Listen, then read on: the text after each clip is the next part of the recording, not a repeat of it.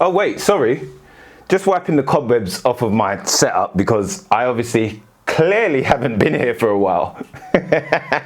All right, back to the classic. What is going on, guys? Welcome back to another video. Leon Angus, and in this video in 2021, the first video of this year on my channel, I'm going to be going through a complete overhaul of how to build, rank and monetize an affiliate niche website. So this is going to be specifically focused around blogs. If you are brand new to blogging, this is going to be a very helpful video for you. And also, if you are experienced and you've been watching my channel for some time, this is still going to be a very useful video to you. Okay, so a few of the things that we're going to be going over today is just the bare minimum basics of choosing a niche in the first place. So understanding how to select a niche, and there's different varying things that you may want to consider before going into building a new blog. Finding a name for your blog, so finding a name that actually is catchy and at the same time helps you with your SEO rankings and relevancy around your topics that you're going to be covering. Setting up a website, I'm not going to go into the actual intricacies of that in this video because that's for a later video. I'll do a tutorial on that, but I'll just give you the overhaul of this kind of steps that you would need to take in order to build your site. Keyword research, some people are calling it topic research now, and that's because you can rank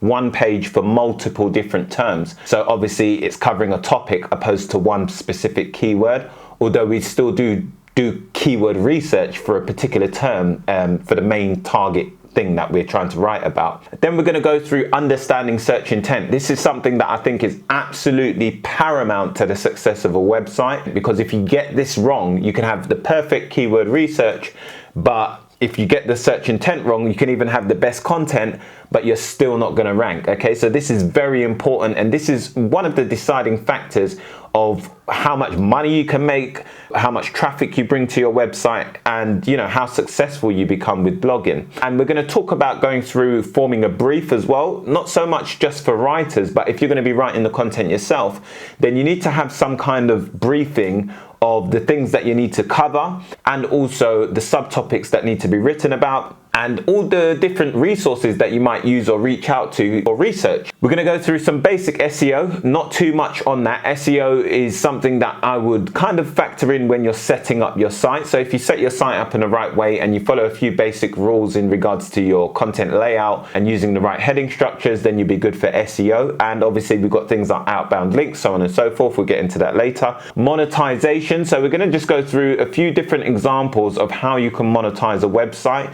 whether it be with a digital informational product or affiliate or advertising income. There's many different ways that you can monetize traffic. The goal is obviously getting a lot of people to your website, and then you can decide on how you're going to make that money later. And then the last thing is going to be promotion. So one of the ways that we can do this is with social media. And if at any point you have any questions, then make sure to just leave it in the comment section below and I'll get back to you ASAP.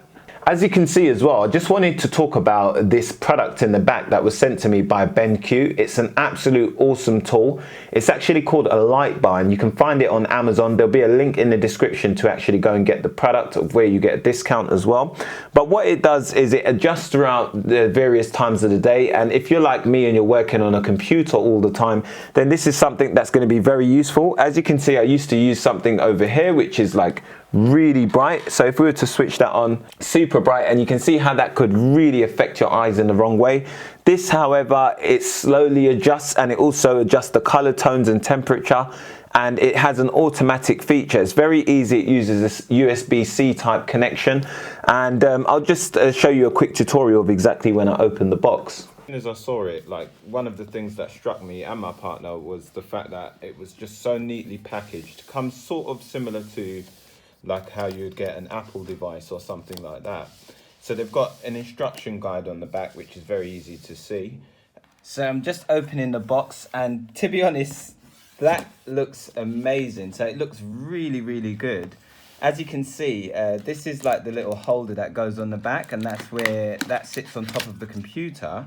But then also the light bar sits within that, so it's really, really cool. We've got the power cable just over here, which is mounting on via a USB. And then we've got the actual Lightbar e-reader just here. So this feels quite premium as well. It's holding a bit of density, which is pretty cool. and it's just got 4 buttons, which I'll find out what they do in just a moment. So I can see like a little bit of a torch there as well, which looks really, really cool. And just look at the product, it looks amazing, looks really good. So we just got that there, and the holder is very premium. Like, it's not, you can tell it's not made from cheap materials. It's very, very premium, very nice to hold, smooth and dense as well. It's holding quite a lot of weight, so it will hold and sit very good on the computer. So the first thing is going to be choosing the topic or the industry that you actually want to get into.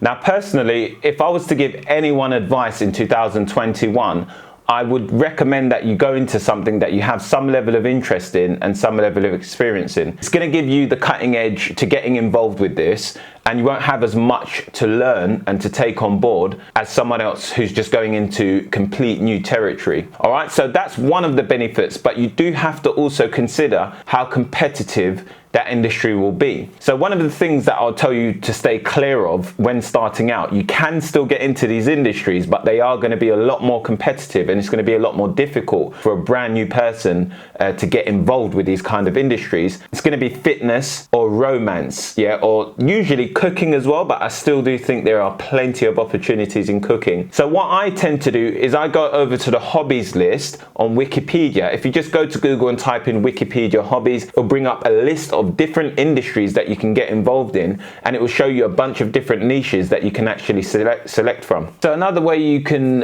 check, you know, the popularity of a particular topic is by going over to Google Trends, and that will give you a clear indication of how relevant or how much a particular topic is being searched across the web. So if you see it on a downward trajectory, then that's a good indication that it's something that you might not want to go for. Of course, if you drum it in and you see it on an uphill rise, then it's going to be a good thing, and it's something that has a lot of potential. Now, once you've done that, you then want to go and select a name. Now, if you're going to be, you know, hung up on picking a niche, like, you're really going to hold yourself back. I'll just tell you that for free. So I personally wouldn't spend more than 48 hours evaluating on what niche you're going to go into. Even if you make the wrong decision, you're still going to be a lot further ahead than if you just don't get started. So personally, if you pick something and you're unsure about it and you're like 70 or 80% of the way there, go with it. That's the decision that you need to go with. All right. Now, once you've done that, the next step, what you need to do is pick a name. If you're quite creative, you'll be able to come out with that on your own. Personally, what I would recommend is always to go for a branded name. So what that means is not by going for a name that involves a particular keyword from the topic of your website. So say, for example, you're trying to build a website around bow and arrows. You wouldn't try and go for like bowsversusarrows.com or bowsandarrowsuk.com or something like that. You wouldn't do any of those type of things, because that's incorporating your actual topic of your website. And what happens is it quite limits you to the topics that you can cover of where you still remain relevant. Okay. And these are one of the things that Google takes into consideration based on how it determines what topics you can actually write about and rank for, yeah, show up at the top of the search engines for. So what I would recommend is go for something quite generic. Yeah. So if you're going to do like bow and arrows, it could be something like straighttargets.com, yeah, or something like that. So I usually go for double barrel kind of names, and the reason why is because if you try to go for something that's got like one syllable, it's going to be quite difficult to just go for that term and rank for it. Yeah, so you basically want to choose a name that's going to ring a bell, but at the same time it's going to allow you to expand as big as you can. All right, so one of the mistakes that I made with one of my websites is I limited it to a specific breed of dog. So I was doing a website about golden retrievers, and I specifically named the website after golden retrievers. So what happened is when I started writing content about other breed of dogs, it wasn't ranking as well as it could. Now, after you've done that, you want to be setting up your website, okay? And where you can purchase the domain name from is going to be Namecheap is where I recommend. You can go to godaddy.com. There's multiple different places. It's very easy to do. You just head over to their website, type in the name, and it will tell you whether it's available. And then sometimes on some of those sites, they'll actually suggest similar kind of names that are available if the one that you are trying to get isn't. After you've done all of that, you want to set up your website. So the first thing you want to do is through your hosting, you want to set up some kind of hosting. I personally would recommend SiteGround for your hosting at the beginning. Not only will they help you to set your site up a lot of the time, their technical assistants are very good as long as you're prepared to obviously pay for your hosting. They do fantastic deals for new sites, and it also has fast loading speeds, which is very important for a website in 2021. So SiteGround is the most beginner friendly place, and then if you are more experienced, I would recommend upgrading to WPX hosting. That's what I use. Their technical team again is very good. Customer service is almost immediate, 24 hours a day, 7 days a week. And if you experience any kind of problems, they're always willing to help. They're right there behind you. Now, once you've set up your hosting, you're going to need to be setting up your website with WordPress. So WordPress is a content management system, and what that stands for is basically it allows you to put your content onto the internet and have it hosted, via your hosting. So in order for that to happen, your hosting and your WordPress website have to merge. They have to connect, and then that's what displays it on the internet to where you can obviously search it and find it on Google. Okay, now the way to get it on Google is something that you have to do later on, which I'll explain. But for the moment, that's what you need to focus on. So the way that you set up your website with WordPress is you have to actually go into your hosting platform and then set up WordPress for your domain name. So you have to add the name that you created via Namecheap. You'll put that in as a brand new website. You'll be able to set up WordPress on your site. You set up WordPress, and then once your site is live, you'll be able to actually go to the site and then log into it. So that way you can actually upload content from Google Docs. You can copy it over into an actual blog post on your site. And I'll just give you that as a pro tip throughout this video. If you are going to be writing content, always do it in Google Docs. You'll never lose the content, and it auto saves, so it's just very handy. You don't want to be in a position where you've written a big long blog post and then you lose all of your work, okay, because it's quite disheartening. The next thing you'd have to do is set up your website theme. Okay, so this is going to be how the site appears to look. You can go and get a logo created. There's a guy on Fiverr that I use. I can leave a link, or you can go search one of my videos. But multiple people on Fiverr, as long as you just make sure that they've got good feedback, over 3 or 4 stars review and multiple different reviews. You want at least like 30 or 50 reviews from someone. Just go onto Fiverr, type in, logo design, and you'll be able to quickly identify and find people that are selling logos, and they'll be able to turn that around for you in like 24 hours. What I usually do is go to another website that's similar to the kind of look that you want to go for and grab their logo, take a screenshot, and then that way they'll know the kind of type of theme that you want to go for within the design of the logo, okay? And they'll be able to turn that around for you very quickly and get you something very efficient and a lot better than probably something you and I could do. So once you've got that, you want to set up a website theme. Now, I would recommend for any brand new blogger, if you're brand new, the easiest theme that you can use is Akabadu by Income Score. So that's a theme where it's just very simple, very easy to use, and it's optimized for SEO. Okay, so they walk you through inside of a tutorial exactly how to set up the theme, how to set up all of the SEO factors for the website so it shows up in Google's results pages. It's just a brilliant theme. It's fast loading. Okay, now if you are more experienced, then I would recommend that you use another theme, and that theme is WP Astra. I think it's one of the best themes that you can use, and you can actually integrate this with a website landing page builder called Elementor.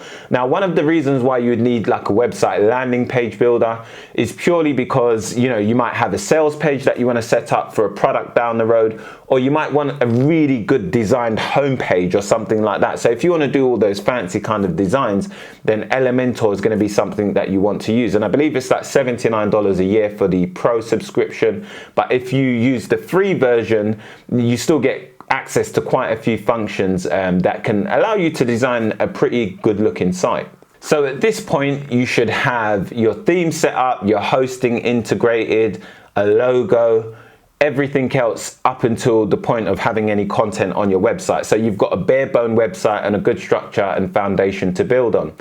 The next thing that you're going to want to do is go and research topics or keywords that you're going to be targeting for this site. Now, one of the best ways that you can do this in 2021 is by targeting underserved topics. If you're brand new to blogging, the easiest way is going to be underserved topics. If you are more experienced, then obviously you probably won't be watching this video. So what you want to do is go and target underserved topics by targeting question keywords. And you can do this for the first 20, 30 blog articles to start getting some traffic on your site. So these topics are going to be ones that start with why, how, where, so on and so forth. They're all going to be question based and long tails. So they have 4 words within the phrase or more. Okay. And one of the easiest places where you can actually find these types of words is by going over to a site called Answer the Public. Now, if you go to Answer the Public and put in just a broad topic of your industry, it will give you a bunch of different data and different phrases that people are typing in within the internet. Now, you don't want to use that specifically as the topics that you're going to be targeting until you've manually vetted them and identified of whether they're low competition terms or underserved terms. So we're going to hop onto the computer. I'm going to show you a quick example of how you would do this. And I'm also going to give you an idea of how to create a content brief, so then you can go out writing the correct information and researching the correct information to solve the searcher's intent. Okay, so if we were to come back to the example that I mentioned earlier on about bow and arrows, we can see that I came to Answer the Public and we've got a bunch of different questions. And what I pay attention to most is just these kind of words to give me an initial idea of the types of things that I need to be typing into Google to find topics. Now, you want to be in incognito mode if you're on Google.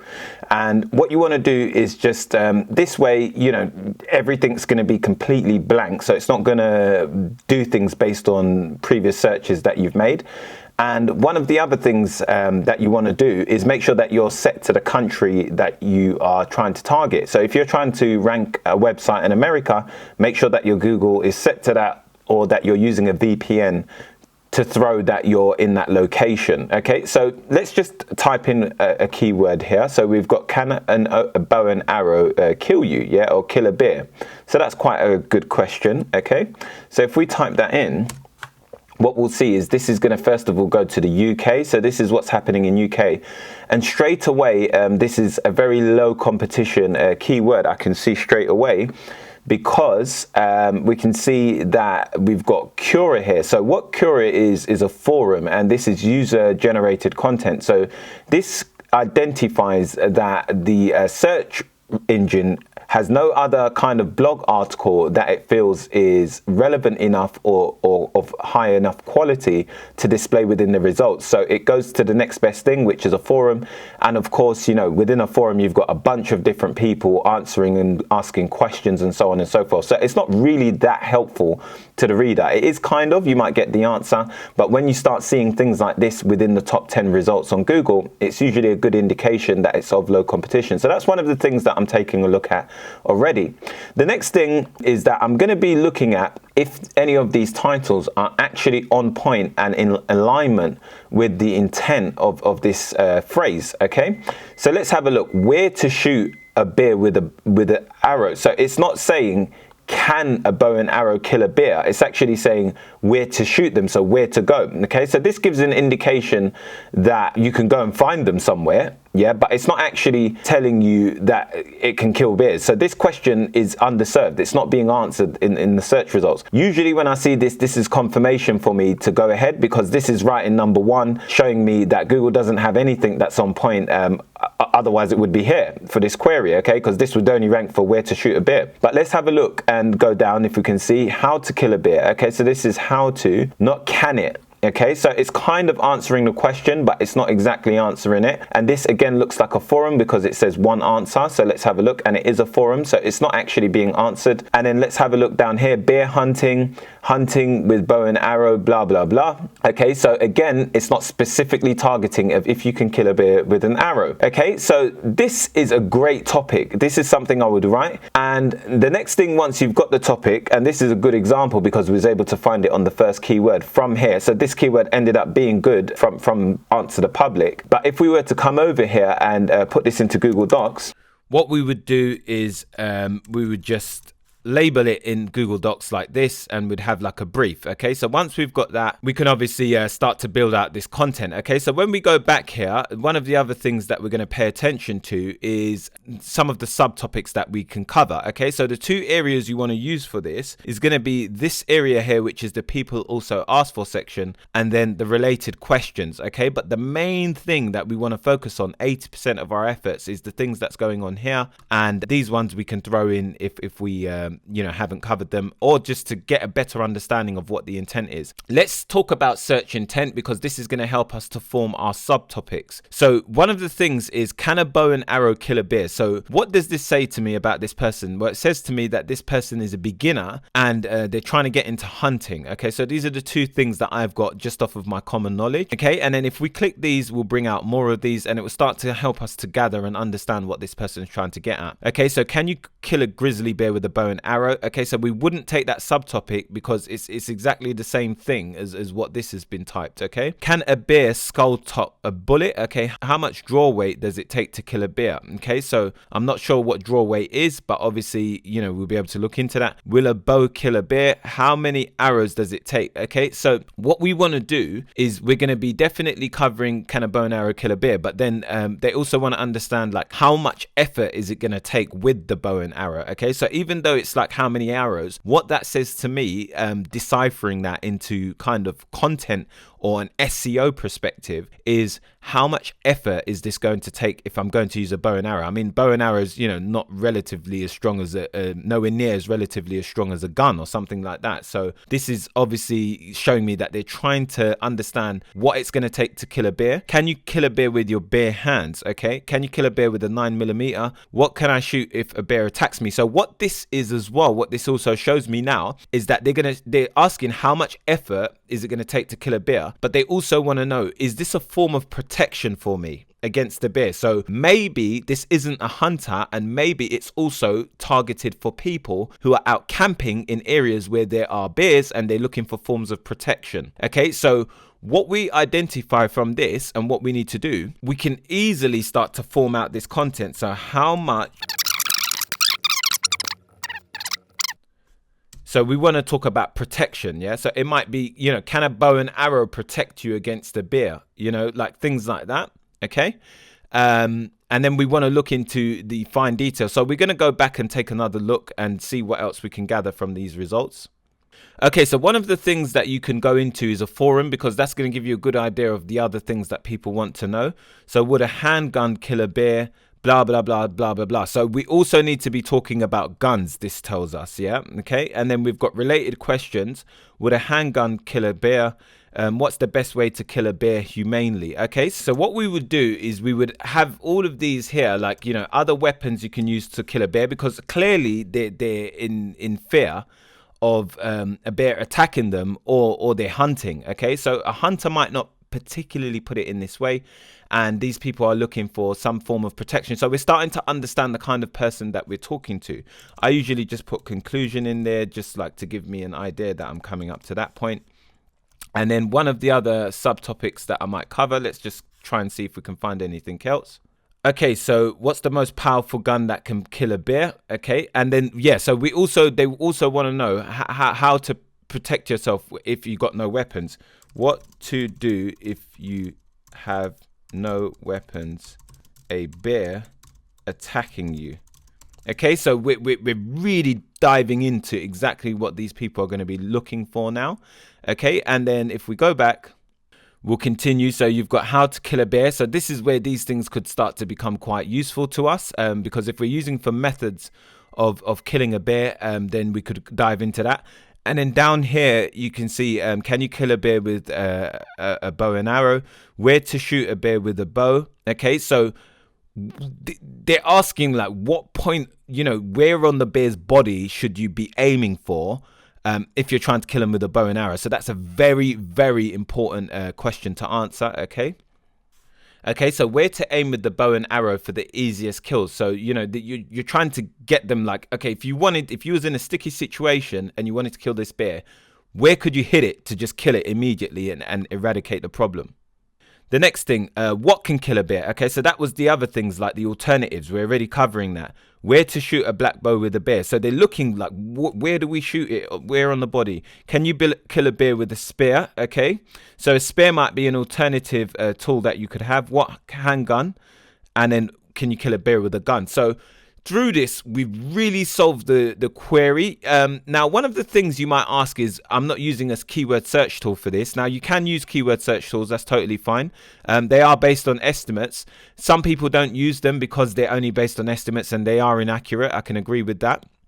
But one of the things that you want to do is just kind of, think to yourself of whether how common is this for people to want to search. I mean, this is probably something that gets a huge amount of traffic because people all around the world are going to come into contact with a bear and probably not going to have guns and all these other tools. So they're probably thinking, okay, I might be able to get hold of a bow and arrow legally and carry it. So that's probably something I'd have. Yeah. Okay. And then we've got where to shoot a bear with an arrow. Okay. We've covered that. So what you can do is actually just, come here and come back on this and see if you can see suggested kind of text that comes up. Okay, so it was coming up here. It's kind of disappeared now, but can you kill a bear with blah, blah, blah, so on and so forth. So we've kind of covered everything that they're going to be asking. Okay. Yeah, so we've lost all of that, but that's the idea. Okay, so that's what we want to be doing. And then if we go down here, we can see if there's anything else. Can bear spray kill a human? Okay, so maybe a spray is an alternative as well. So that's something you might want to note.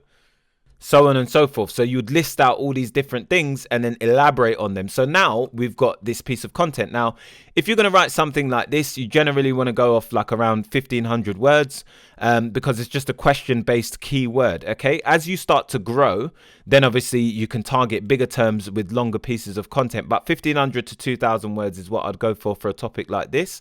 And if you wanted to figure out like exact word count, you'd usually just look at like the top 3 ranking pages and figure out like what kind of word count they got. And you can use a site called Word Counter, any kind of text from any website, and this will basically give you the word count of how long it is. So this is 293 words. I think this is like an email I was writing or something like that. Okay, so that's what you can do there, and that's exactly how you start to identify. You want to do this 30 times over for 30 pieces of content. I would say do 10 first of all and then start writing, but just only research the topics first and then create the briefs when you're about to write that piece of content. All right, and this is basically SEO in a nutshell for the easiest way to start ranking. Here's a content brief that I'm actually using with one of my clients at the moment. So you can see we're just going through a quick breakdown of the type of content that we'd like to produce and giving the writer some kind of guidelines to go off. So filling in all the subtopics. So whilst I could go through a bunch of different things on a video explaining exactly how to monetize a site, this is a section from my ebook which just explains exactly how to go about it. So some of the ways that you can do this is with informational products. So this could be like an ebook of some sort, something like similar to what I'm selling here. And if you go to my YouTube video description, you'll be able to see the sales page that was created with Elementor, I believe, of how you can set up like a product on a website.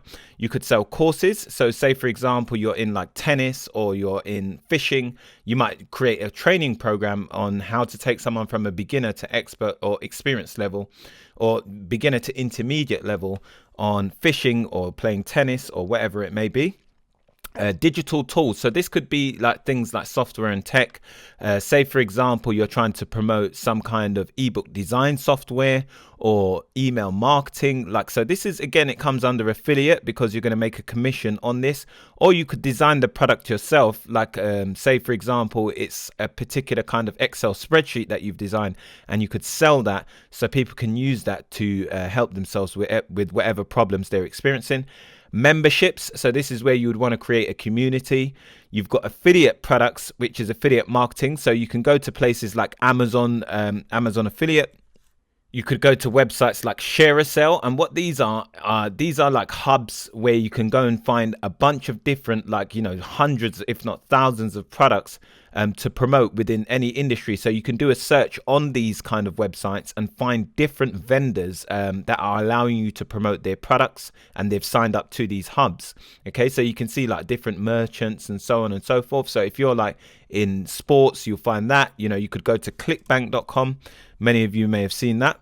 So ClickBank is like the same thing again, where you're able to kind of go and find different products that you can promote. So you can see this is parenting and family, so on and so forth. So you can go and like sign up and promote these kind of products. There's many different things that you can go. You just go to their marketplace when you sign in, and it gives you a ton of different options. You've got Amazon affiliate here, and this basically allows you to promote any Amazon product within Amazon. So if we go to amazon.co.uk or .com, you'll be able to see that I have this little option here, and I can get specific links to my website. Okay, so I can get a link where I can promote a product from Amazon on my website. So whatever product it is, it will give me a unique URL. It might have /Leon Angus in there, and then that way that sale will be assigned to me if someone comes through my link. Okay, so then that way you can promote anything on Amazon, and I would usually recommend this to get started until your business is making like, you know, $300 to $500 per month, and then you can move it on to something else. Now, if we come back, we've got a lead generation. So what that is basically when you're selling information, whether it be email address or contact details, to third-party vendors. So there's many different places of where you can find this. You can just Google it. But one of the places of where you can find lead gen offers is going to be a place called offervault.com. Okay, so Offervault allows you to go and find different affiliate vendors again, of where they'll pay you for a lead. Okay, so you can see here, this is like, you know, whatever niche it's in, category e-commerce, and there's different categories you can sort by and see how much you would earn per lead. Okay, so don't just go for the thing that's paying the most. Also look at the average conversions, the amount of people that have gone through it, so on and so forth. Whatever information they give you, the better. So that will help you to make a decision. Then you've got pay per call offers. This is again like lead generation. This is where you're driving traffic to a particular local business, and then when they get a call, then obviously they pay you for that call. So you can go on this site and check out all the different things they have to offer and the different countries that they specify in. We've also got done for you. So this is one of the things that's used quite a lot in affiliate marketing. So people do like done for you affiliate websites. So they build the site for them, do like 10 pieces of content for a package of like $2,000. That's the kind of thing you can do. If it was like, you know, kind of if you were doing some kind of consulting, you might do a done for you service of where you get them like a certain amount of customers or whatever else it may be for a set price. Okay, and then you've got consulting. So this is essentially, you know, giving advice and helping a third-party business. It's more of a business to business thing of where you're helping well, it could be an individual as well, and you're helping them to solve whatever problems they're experiencing, and selling data. Okay, so that's something I won't get into in this video. Okay, so now you know how to monetize your website. You've got your website set up. You know how to create the content. The last thing you want to do is promote your content. Now, like I said earlier in this video, you don't absolutely have to just go out there and blast your website or your business all over the internet. Because of the way that Google works, it's always trying to find the absolute best piece of content to solve a user's problem. So it eventually will find you. But if Google doesn't find you, then one of the things that you can do is start to promote your website on different social media platforms. Now, personally, I only go for things that are of high traffic. So things like Instagram, people do use it and monetize it very well, but I don't really see people using it for a blog as their main focus of traffic outside of Google SEO. So you want to go for something of where your content's going to be heavily shared and promoted to others on the platform within your industry. So one of the places that I recommend for that is going to be Pinterest, and the other is going to be YouTube. I wouldn't really mess with anything else, honestly. There are more advanced things that you can do, like email marketing, of where you're recycling traffic throughout your site and remarketing to people. But that's something not for this video. This is completely a beginner tutorial on exactly how to rank and monetize a website in 2021. Now, in order for your content to actually show up on Google, you're going to have to do a few different things, you know, and register your website for Google Search Console. So what that allows you to do is make your website visible on Google search results. So that way, if someone types in your particular website, they're going to be able to find it within Google's index. One of the other things that you can do here as well is assess the performance of your site. So if you've got pages that are not indexing correctly or Google's seeing problems with them, then you'll be able to see that. And that's all inside of, your indexing issues, and, you've got manual penalties. So if you've got any problems there, and if you want to remove any pages from Google's index, you can do that. And then this shows you like your impressions, clicks, so on and so forth of different terms that you're showing up for.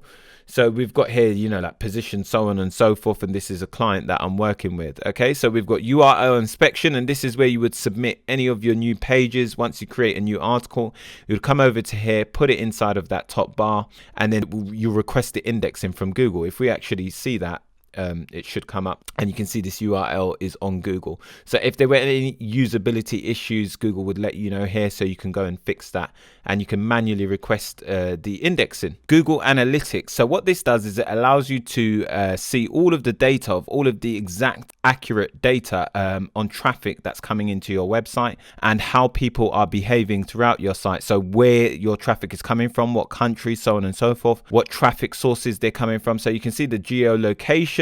You're able to see, who's active on your site right now. So if there are people in real time, you'll be able to see that and the locations that they're on. So there's no people on this site now, but it would usually highlight it on there. You can see behavior overview. So you can see what pages are performing well and how they compared performance in comparison to previous months and previous time periods. So if we were to select from here to here, you'll be able to see the amount of page views for this site.